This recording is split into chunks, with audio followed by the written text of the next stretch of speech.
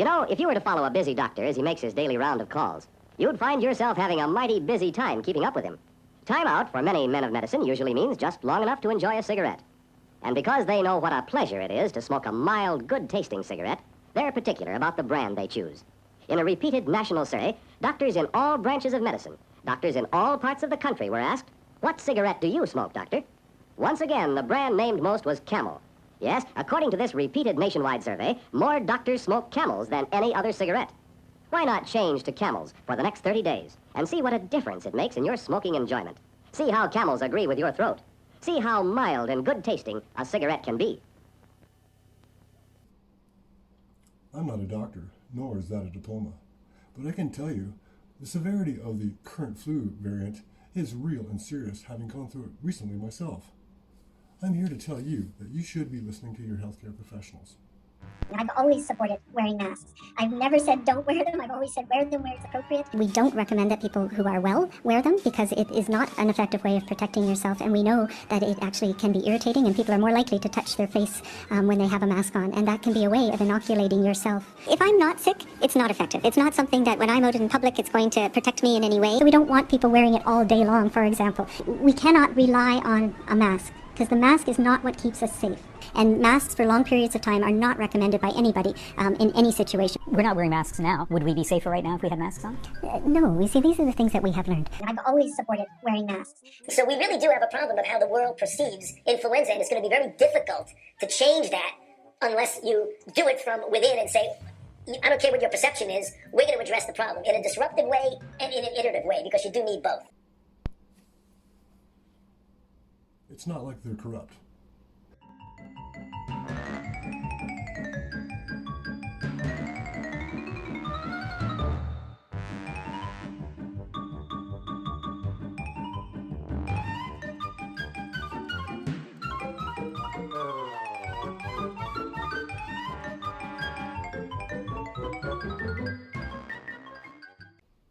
Or that the healthcare system itself has been incentivized by Big Pharma.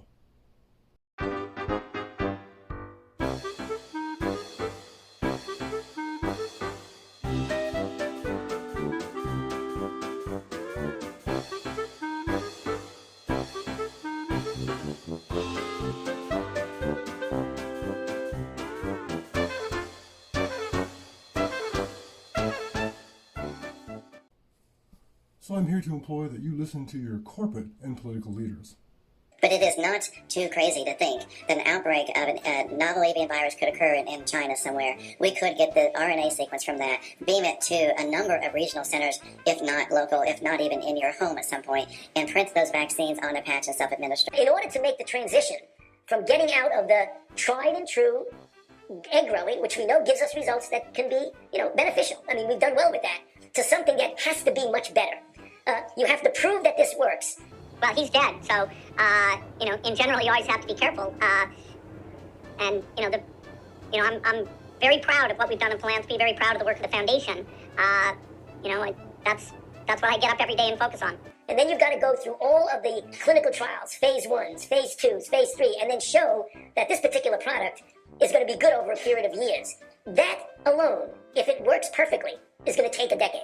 Oh, don't worry, Scro. Now there are plenty of tards out there living really kick-ass lives. In terms of mandatory vaccines won't be mandatory. That's not the way we do things in Canada. There's that fag talk we talked about. We are announcing 2 strong new mandatory vaccine measures. Let me start with the first. Federal public servants in the core public administration must be fully vaccinated by October 29th. This will apply to those who work in the federal government's various departments, the RCMP, Correctional Services of Canada, the Canada Border Services Agency, and many other offices and agencies. This moment of joy, have a look. There she goes from Dr. Bonnie Henry, was caught on camera before she delivered what she believes to be good news in the fight against COVID-19 in the coming months. She says she will be getting vaccinated herself to demonstrate its safety and effectiveness. People like myself, we will be ready to take it whenever it's available for other healthcare professionals. So I will be first in line if that's needed, if there's problems that people are worried that the vaccine has challenges. I know there's some people that are concerned that this is a new vaccine, and I am confident from the data I've seen and from the review that Health Canada has done that it is safe and that it works. Right.